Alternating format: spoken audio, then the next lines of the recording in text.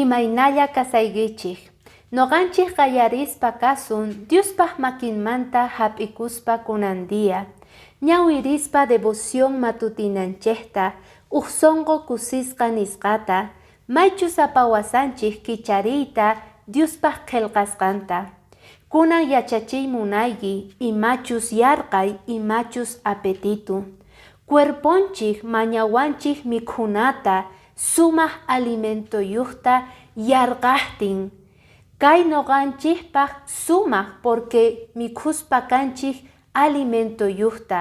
Mask'anchik chay mikhunasta kallpachanapaq cuerponchikta. Pero apetitoqa deseonchikta mikhuy.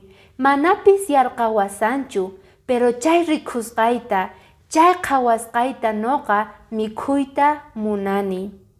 Giselata kikinta pasaq karqa. Pay atipachikuq deseonwan, apetitunwan, tukuy ima qhawasqanta mikhuyta munarqa. Chayrayku aska onqoykunasniyuq pay karqa. Mana kay pasanawanchispaq, Diosninchik k'amiway munanchik. Kay libro de Primera de Corintios, capítulo 10, versículo 31pi niwanchik kay hinata. Kayta niykichik mikhuspa, uhyaspa, o imata ruwaspa, tukuy imata ruwaychis Diospaq honranpaq hina. Cuerponchik mana noqanchispatachu, Diosninchik ruwawarqanchik makisninwan. Chayrayku noqanchik sumaqta yuyaychana tiyan imatachus mikhusun. Mana atipachikuspa deseonchikwan cuidana tiyan kay Diospaq wasinta. Chantapis munasqa khuyamasi. Noqayku kunan apamuspa kayku materialta qankunapaq. La fe de Jesús nisqata quechua parlaypi.